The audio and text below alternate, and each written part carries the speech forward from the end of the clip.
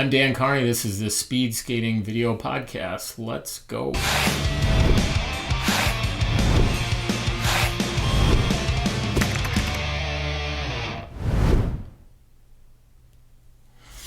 So today we have what I would call a special guest, because when I decided to start doing this podcast thing, this gentleman was on the top of my invite list.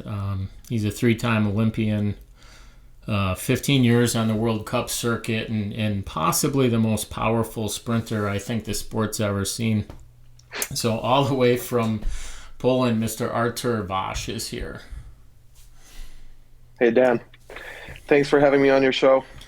Absolutely. So I chuckled there for a little bit. Yeah, which part? The most powerful skater. Yeah. Most powerful sprinter.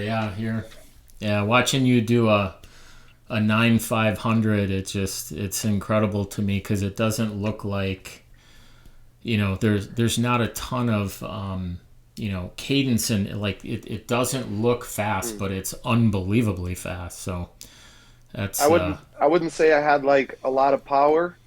Maybe I had quite a bit of power, but I think I was just efficient with it, at least for the first 100. Yeah, that's a fact. I know you're a huge fan of corners, but I do like the corners, but the fact that I liked them doesn't mean I did them perfect. Yeah, well, that's all good. So before we get into some of my scripted stuff here, there's a question that I want to ask on behalf of the entire social media community, and that let's talk about Wingate testing. So what is it that really bothers you about these Wingates? But it's just funny. Everybody does the testing, and I think I don't have anything against the Wingate test. It's just so much of like how everybody posts it. Oh, gotcha. There's like these two times a year, everybody at the same time posts their Wingate test. So like, yeah, buddy, everybody's doing it right now, and it's just like, it doesn't show anything. It's just like people doing an effort and a lot of noise, and like let's see the watts. Like, what's the wattage? Yeah, you're making a lot of noise. Is there quite a bit of watts there? Well, thank you. I'm sure the entire community is going to be happy to hear that clarification. I wanted to hear it, so maybe it was just selfish on my part. But when I'm doing my research on you, I'm looking back at what I can find for results and whatnot. You got started at the age of 11, and I don't have much data on your junior career. You were able to make the Torino Olympics in 2006. Is there anything specific that you really remember about being a junior, or your ascent through the sport? Yeah, as you said that, the first thought that I had is that we really didn't have many like international junior competitions. It wasn't really like junior World Cup, so there wasn't really many things that I could do internationally.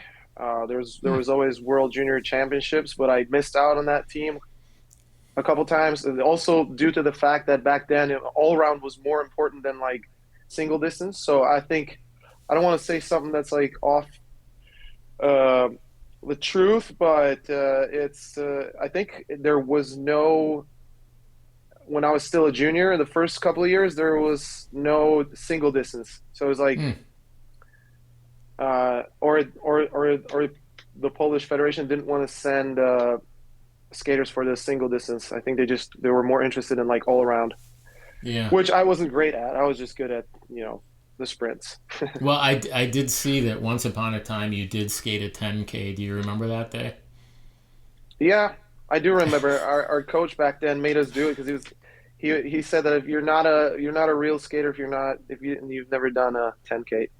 So I think I did it twice. I don't remember. That sounds miserable. I'm sure that's a fond memory. So, It was. So, I mean, 2006 Torino, you were still fairly young. You got to the Olympics, so that's spectacular. I don't think that you were tremendously relevant as it related to the podium, but, you got in the games and you were there. And shortly after that, I guess you decided to make a pretty significant move, and you actually came out here to Wisconsin to train at the Pettit Center. So, what prompted that? How did you make that decision at such a young age? Uh, I think when I was a kid, I was a big fan of Shawnee skating, and I met Shawnee's coach, and that was Bob Fenn, and we talked quite a bit at the games, and he invited me over to train in Milwaukee, which I picked up on pretty quick, and that's how I made my move to Milwaukee. That's interesting. So, another part that I read was, the time that you spent here maybe wasn't your best time. Um, I think there were maybe some struggles along the way, and I don't know that training block was great for you, and you ended up not making it to 2010 Vancouver. But it seemed like you struck up a relationship with Jeremy Witherspoon after that, and that certainly set you on a very different trajectory. So tell us about that.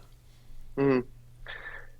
Yeah, just going back to training with Bobby, I think the training was fine. It was just like my mindset at that time was completely different. I wasn't interested as a young fella to train super hard, but I'm pretty sure if I did all the training, I would have the desired effect, which is like always skating fast. But at that, in that age, you're like, yeah, I want to skate fast, but I don't want to work that hard. Yeah. But yeah, I mean, like after these couple of years in Milwaukee, where I also my focus was so soft that like I also like I don't know how to say that, like diverted from skating. Like I didn't I kind of quit skating for a little bit. I Mm. I was focused on other things than the sport itself, which I was like, okay, well, I'm not making I'm not that great, and training has been like hard. I had a couple of injuries, so at that age, it's super easy to make a decision. Like, well, I'm not so great at it, so I'm just going to give up. And I think Mm. that's what I did. With thanks to Bobby, I was able to be in touch with the sport because he would call me on a regular basis like, hey, why don't you get your head out of your ass and make your way down here to the park and train with us? And like every now and then I would. So it's not like I quit entirely. I was like still physically active, but I wouldn't call that training. Yeah. Yeah. So after that, when I went back to Poland, um, I think I spent maybe like 2 years trying to figure out what to do. Um, and then finally got in touch with Jer. I think at the time when I was contacting him, it was just like, hey, can you give me a few tips, or maybe look at the videos of me skating and just like give me some technical tips. And it was trying to find out if he could share some of like the trainings that he's done, so I could like update my program to something more. I was kind of like looking for these magic programs, so I could get Yeah. better. you know, because you always think that if somebody's so good, somebody's really good and breaking world records, they might have just like something really special on their program. But it's just like I think it's just like how they approach the training, and like it's mostly just like how mentally tough they are to do all the hard training. So that's what I Yeah. found out when I started training with Chair, that there's no easy way to skating fast. You have to do your training. You have to do Yeah. the hours. You have to do your downtime in the position, and. Yeah, absolutely. So after that, the contact led to a really good opportunity for you in 2011, was it, Inzell? Yeah, yeah. I finally got my invitation to join the program, so I took up on it like with no doubt. Basically, I was like, okay, well, this is the um, a chance of my life, training with Jer in a facility in inzell. Inzell it's a great place to skate. They have a great track. The place itself is amazing. It's a beautiful Yeah. place. So So it's so great for the mind just to be there. At least it was for me. Some people find it boring. They'll be like, "Oh, how could you stay there for like a year straight?" But I at that time in my life, I was really close to nature. It was just like this time where I started developing like a strong connection with nature. It's Mm. all I wanted to do: be in the mountains, be in the nature, and you know, and then just having to train with a coach every day, even if it was like a easy week. There was no going home. Like, I would just stay there for like half a year. Even if it's like easy week, your coach is still there. So you're doing the Yeah. quality work. So that worked pretty quick for me, you know, just going from like half-ass training to like full on program, and all of a sudden I started to like see what people meant. But like, hey man, if you just get get your head straight and start training, you're gonna skate fast. And like all of a sudden it started happening. I was like, hey, I mean, like, people were right, but because Yeah. when people tell you stuff, you just don't know these things. There's things that you know about yourself, and only you know it. There's things that you know about yourself and other people, but there's also things that other people see that you don't know about yourself. Yeah. It's like obvious to people, outside, they'll look at you like, oh yeah, this is what's happening. And sometimes you just don't have the access to that insight. And you're capable when you're young, seeing like what you're capable of as an athlete. I think that's easy to see for like experienced coaches or like people that know the sport to see in an athlete, sometimes even more than the athlete sees themselves, because you haven't been there as an athlete yet. Yeah. You're like, what are you talking about? I've been working hard. You're like, Yeah. then you work harder and then you get even further. You know what I Yeah. mean? So, Absolutely. So, mhm. so that obviously the 2011 thing with Jer was a big impact. How long did you really train with him before you went back to Poland? Oh, I think we must have trained. Well, first year we've done over emails, and that was a hard year because I had to do all the training by myself in Poland, Mm. and I haven't really been skating great because it was like kind of like a comeback year. So, and you get a program, but you're doing it outdoor track, and people expect you to skate really good in world championships when you're training outdoor. That's like, and the coaches didn't like that. Like, how come is this like 20 couple year old guy is doing he's on a national team, has no coach? Like, that's unacceptable. And back then I was like, what the fuck do they want from me? But Yeah. right now it's just like, when I think about it, it's like crazy that they let me do that even. So Yeah. but I fought for it, and then I failed, so they kicked me out, and that's how I ended up in the academy. I was like, okay, the national team doesn't want me, uh, for obvious reason. I was just like insubordinate. Like, I had an idea of my own, which was already a good idea. That idea was good, but it's hard to trust somebody that's like disappears for 3 years and then comes back, Yeah. um, no matter how much talent you have. And so when I started training with Jer, I think we trained in inzell for 4 years or 5 years, close to 5 years, or 4 years in inzell and then a year in Norway, or Okay. something like that, between 4 or maybe 6 years. And Okay. yeah, it was a great time. And inzell there was everything I needed to develop my skill and as an athlete. Well, it's clear. I mean, when you look at your historical times through that process, I mean, there's a very clear, significant change in what you were doing that was tied to that time that you spent with Jeremy. Another thing that I found in my research was one particular race weekend that you really killed it, and I think you made a really good point. These World Cup races where you do two 500s, and on the men's side where the competition is just, I mean, you could throw a blanket over 10 guys that could win on any given day, and you won both races that weekend, and I did grab one of those and saved it, and I want to play it quick. And part of what I love about this is I don't have any idea what the announcers are saying, but it's clear that they're excited about your performance, and they love Artur. So let's cue this up here. Tak, Artur jest właśnie takim bardzo dojrzałym w tej chwili zawodnikiem, to co Janek powiedział, poszukującym nowych rozwiązań. Ależ otwarcie od razu mocno, 9,63 też miał świetne otwarcie w piątek, oby to wytrzymał na łuku. Wychodzi z tego pierwszego znakomicie, będzie kończył po zewnętrznej. Tam Jeremy Waterspoon jeszcze pokrzykujący do polskiego reprezentanta. Artur Waś na prowadzeniu, dawaj Artur, jeszcze król Artur, jeszcze ostatnie kroki, musisz walczyć, musisz z siebie wykrzesać, jesteś znakomity, Artur Waś, 30 jest zwycięstwo! Jest drugie, pierwsze miejsce dla reprezentanta naszego kraju. No, olbrzymi. Not bad. So I noticed that they mentioned Jeremy Waterspoon when they were talking there. What were they saying? Could But you he's tell? on the backstretch trying to give me some tips. Oh, You know, he was coaching. yeah, Awesome. yeah. But when I look at that race, obviously that was like the best weekend of my life as an athlete. Maybe close to it, just entirely my life. But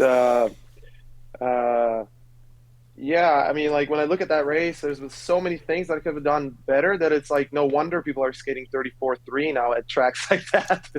Back then it was like, well, I don't know, 5.0, and now it's like 4.3, and I'm looking at where I enter the corner and like my rhythm overall is just like skating's gone. It's only been like maybe 8 years, and it's just like a completely different level. Really? Wow. I think so. I think when you look at the times right now, I mean, like it's easy to be like, yeah, well, these people are so much stronger, but no, I mean, like they're skating better. Like the execution of their race is better. You know, That's really you look interesting. you look at where they when I look at that race, it's just obvious to me why it wasn't like a 34.5 or 6. You know, there's a couple of things that even just tactically I could have done better. Really? But it's just like a stupid, whatever. Yeah. Wow. There's Yeah, I mean, there's always this thing where somebody will always say that, well, if I only did this and this, and you can always talk like this. It doesn't make sense. Yeah, I suppose there were probably some years there where everybody was wondering if anybody will ever go under 34, and now it's been done, a handful of times, which to me is still just, that's insane. And it's incredible how the young guys are doing that. You know, they're very young and they're going super fast. So that says something about the training. You know, the training is also getting better. You know, or maybe the training is not getting better, but we're doing less and less of stuff that we don't really need, or the stuff that maybe was a little too much now is condensed into the perfect amount, so you can do other things, or training constant, even like strength training is constantly updated. When you look at 18 coming off of an Olympics and then going into the next season, I think it was that fall of 19 you skated all 4 World Cups, and is that when you just decided that the performance just wasn't what you wanted and it was time to make a change? Yeah, I mean, I think I should have quit after Pyeongchang, but after you've done a sport and it was so important in your life for the bigger part of your life, it's not really that easy to let go, no matter how, how obvious that it's just like, oh yeah, well, maybe it's a good time. I'm like 30 something years old. But you're taught as an athlete to never give up. So I didn't want to do that. I didn't want to give up. And like, I wasn't satisfied with how things were going. And that Olympic year was not satisfied. It wasn't so sad. I mean, I had like one podium race, and that also played its part to be like, hey, I could be on. So it's not like it's not all gone. It's there. Yeah. So I hung on for 2 more years, and in those 2 years, I completely like ground myself down with training, because I went into like this.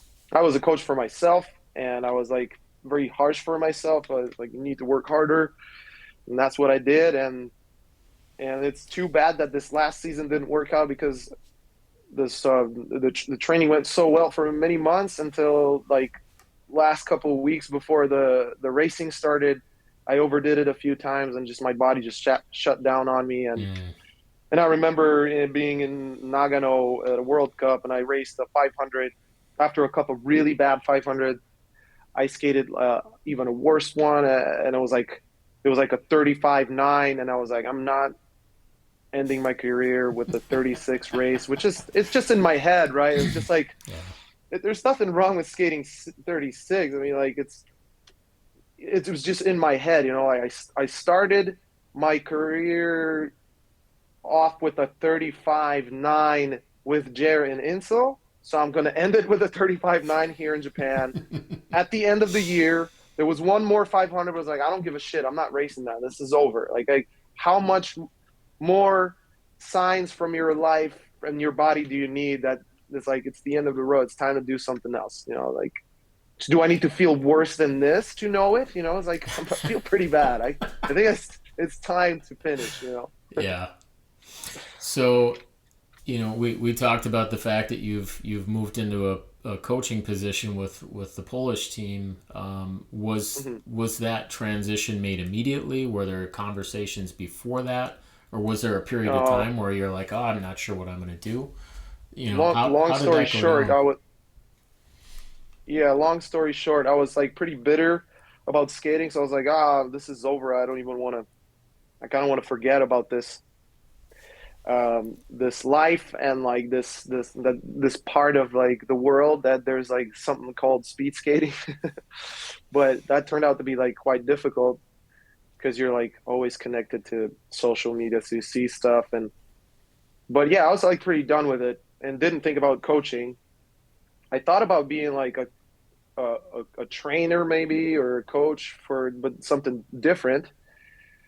But you know, then COVID happened like right after I quit, which was nice because then I could like take my break, you know, like I didn't feel rushed because the whole world was on pause, you know. And I was like, oh, this is nice. I mean, I can take my time. There's, you know, the whole world's kind of like slowed down. So that felt, in all of this craziness, that felt good for me. But, you know, as time went on, I tried different things. I even tried moving to Iceland, which I moved at the worst time possible, because that's where they started locking down like again in October. And like, I just couldn't find a job. And maybe that's good, because I had to come back to Poland, where right after I came back, the national team reached out to me that there's like this program for former top athletes that represented Poland, that they can be a part of, and they're getting them ready to be a coach. You know what I mean? So that's how I was like, all right, well, I've tried many different things, so why don't I just try this? Like, there was no other opportunities opening up for me. It was even weird sometimes. Like, I would try to do something, and at that time, like in Iceland, I moved to Iceland, and then everything locks down. So it's like almost life is kind of like, no, this is not the way, you know, like go back.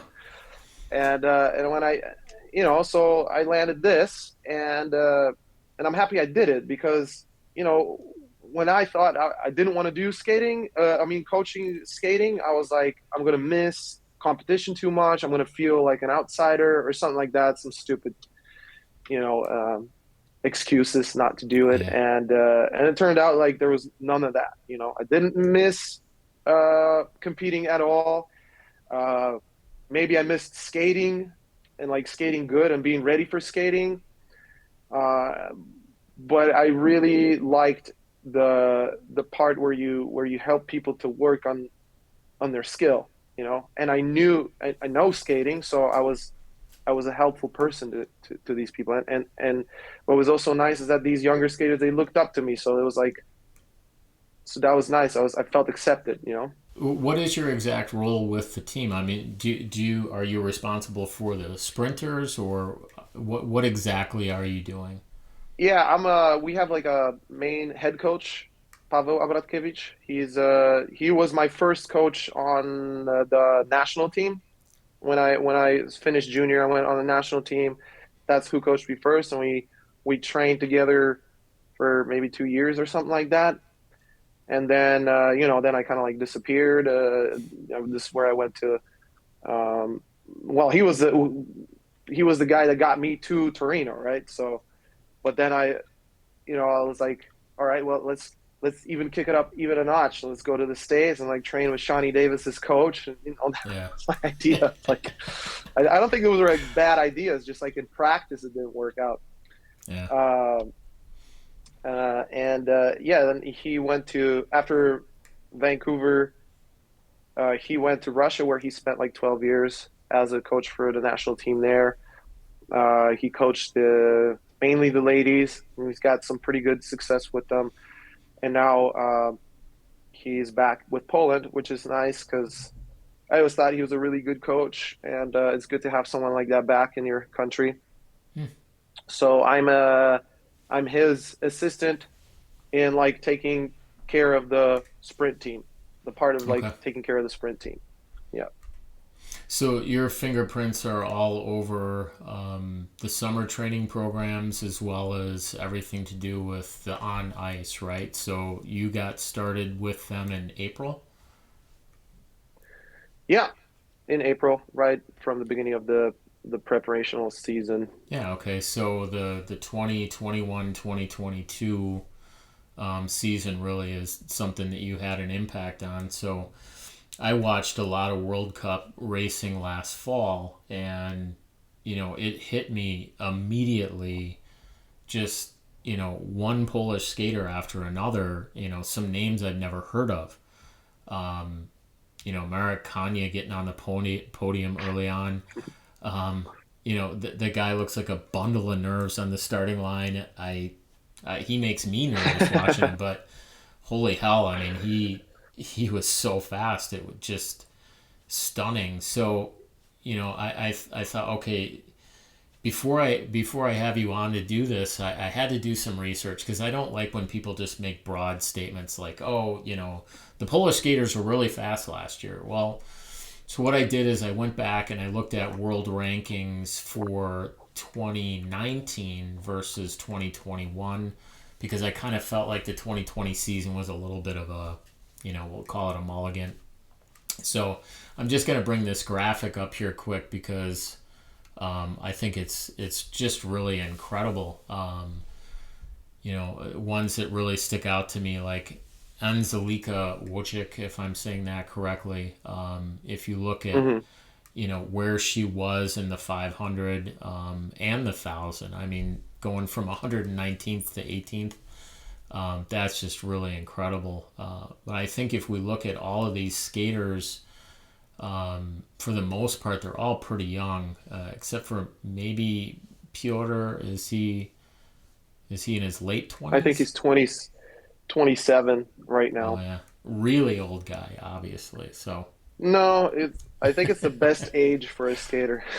Yeah, but I mean, if I could go back to like being a specific age and skating, probably 26 would be the age, or 28. Interesting. Yeah, somebody told me once that 28 is like the peak age for speed skating. I don't know where they came up with that, but I wouldn't say like, I wouldn't generalize it like that. I think it's like there's something happening that you get, like you start understanding what your body better, you start having like a strong connection to your body, and that takes you to a different level. You start making decisions based on how your body feels and what you think your body needs, or how do you need to align yourself on the track to make these technical adjustments. And this is what happened to me too, like just learning from Jer and then watching video, I was able to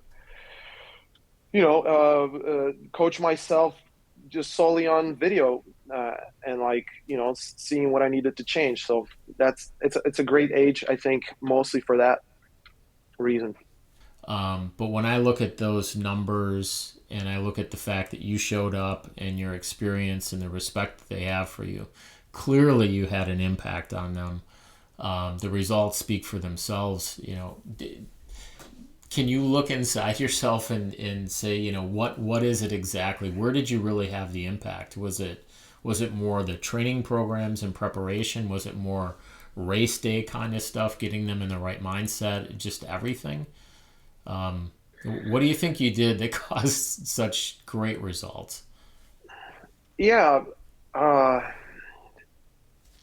think there like with everything with good results like this, there was like a couple things happening at once that you could also call that I was, as a coach, from looking at from my perspective, pretty lucky to have happened, because these people were training hard for many years, and finally on that last year there was like an update to the program where they started working like a little bit more polarized way, where easy days were easy, really easy, not just like easy, cold easy, but they were still too hard. And then the intense days were really intense and fast, not just cold, intense and fast, because they're tired from the easy day, you know? So I think that was, and also it being the Olympic year, so you have your athletes the most focused and willing to work hard as in any years of the cycle, and excited for new input, new people, and also their trust that I know the speed skating technique, and also maybe that, you know, I've had good results myself, so I know how it feels, or what are the symptoms of being like getting to good results, you know? So it's just like an input from someone that has some experience with that, you know? You've made the entire day of my skating team's coach, Mr. Dave Cruikshank, because one of the things that he instilled in us a couple of years ago, and he even puts it in the program in colors. So, you know, in the days where we're going to go hard, we're going to go hard, and you're going to be asked to perform. And those are in that's red. what I do exactly. And then it's green. That's what I do. When it's like, you're not supposed to go above 120 beats per minute. This is what, you know, you're going to do that for 60 minutes, and maybe you're going to roll and stretch, and that's your day. Yeah, that's it's a simple thing. It's a simple thing, but it actually, like, you make sure that the athlete understands, and it's not, you know, it doesn't mean that they will get it 100%. You know, sometimes they feel great and they'll take it to a different level. Sometimes when you see red, it's just like, oh my god, I can't do this. But yeah, it's a simple thing that you can do on your program. And like, I also do this like color thing on the days that because then it's easy. You look at the week and you're like, okay, well, these are the 2 important days that I really have to be on it. And then the green days, or whatever, purple days, I'm working on this kind of thing. And then like over time, you just get into this rhythm, you know, with that, and you see what your training is, and you get better at executing it, you know? I think a huge part during the season was that we've worked so much on technique and tactics that they've had, even when they were tired, they weren't focused on much on how hard or easy the training is, but they were more focused every day on what they needed to do on that day, you know, technically, or, you know, so they always had like a focus for each day. And I think that's very important in everybody's sport career, to like have a purpose on every day, and like, you know, take these small steps, set little goals for each day, you know. And I think that's something that we've had all this season. It guaranteed that their mindset was that they were focused on every training session, or a lot of training sessions. And I think that's a key factor in if you want to have good results. Is that something that you're writing into the program ahead of time, or is that something that you're deciding in the morning? And is it individual? For technique and those specific parts, things that you're having them focus on each day. Sometimes it's based on what we've done for the last couple of weeks, or maybe a couple of days. Sometimes it's just on the go. You know, okay. Sometimes you just start seeing things that they were there all the time, but you haven't noticed. And sometimes somebody gives you an idea, and sometimes an athlete will come to you and say something, be like, okay, well, you put it that way, then try doing this. And it turns out it works, you know. Just yesterday, we had like a short track session where I was working with an athlete, and I can see her body in the corner, and it looks pretty good, but I can see that her head is like, you know, her neck is like straight like this. And I said, like, put your head down, which relaxed her shoulders, put like enough tension in her core so she could control her hips better. And the overall picture turned into this like relaxed, smooth skating, but very efficient because she was going fast in a hard lean, which we don't really do on long track. It's not that like it's a lean, but it's not as hard as it. So Yeah. it's great working with people like that they'll respond right away. You know, so it's cool to have people that will be, you know, aware of their body like that, and also it helps if you know what to tell them. You know, sometimes it happens by accident. Like yesterday, I was like, okay, the neck doesn't look good, so I was like, put your head down, relax your shoulders, and voila, here we go. She's skating way better in a corner. Yeah. So last year was an Olympic year, obviously, and now we're starting a new quad. Does that change anything in terms of approach, or do you think with certain athletes you're more maybe willing to try some things and not feel like there's a ton of pressure here, or is it different at all in your perspective? I have, yeah, we have different athletes on the team. We have, for example, Piotr, which is like 27 years old, and he's starting to be more aware of, you know, who he is as an athlete, more maybe more understanding, you know, and the type of connection with his body that we just talked about a few minutes ago. Uh, and then we have like younger skaters, which can do more, and they can still develop quite a bit, you know, because with Piotr, he can still develop, he can do stuff better, but it's just like small stuff from now on, which will give you like still quite a bit of gains. But for the younger athletes, it's like, you know, you still have the big stuff that you can fix. So maybe that's like one thing that I'm trying to focus on here, you know. Like I said before, it's to me it's clear that you've had a huge impact on the Polish team, and I'm really looking forward to seeing what you guys can do in this next season that's getting underway now. Have you given any thought at all about how long do you want to coach? Is that even crossed your mind, or are you just kind of living in the moment? I'm trying. Yeah, it is kind of like I'm living in the moment, but at the same time, I'm thinking about the future a lot. And you know, I've done this lifestyle for so long that I would like to take it to something where I don't really have to travel that much. Maybe in like a couple years. For now, I'm happy with it how things are, and I'm enjoying it.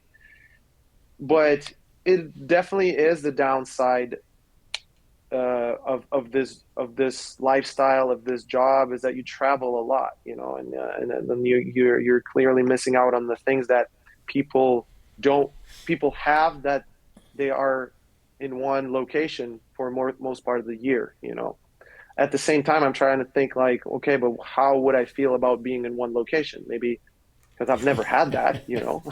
So I Yeah. don't know how I would react to that. So I'm definitely, you know, I'm letting it happen. I'm thinking about it. I'm planning things, but I'm just thinking about this, and let's see where the coaching will take me in the next couple of years, and maybe there will be some ideas that I will have that I would like to, you know, develop into reality, and who knows what that's going to be. Yeah.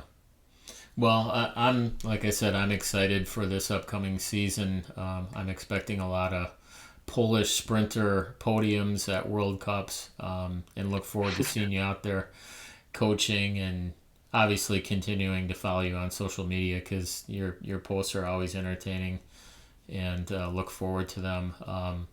Like I said, I am really grateful that you're willing to come on and spend some time with me as I try to get this project off the ground. And when Kamani and I were together, I told him that I was going to grab him and we're going to come and see you next April when the season's over. So I want to come and see that cabin in the woods for myself. So I'll bother you with that later. But for now, I thank you again for your time. I wish you the best. I think your career was great, and I don't know, maybe you're a better coach than you were a skater. I guess time will tell, but wishing you the best. Yeah. Thank you for the time, and I'm going to play the outro, and we'll call this a wrap. What do you say? Well, yeah. Thank you for having me on the show, and letting me do this. It was really a pleasure. And I hope you will invite me maybe a couple more times, or at least one more time. It's always fun to do stuff like this and talk about skating, you know, and I can see that this has potential to developing something like, you know, like a pretty cool thing in the speed skating world. Thanks again for your time, and let's call it a wrap.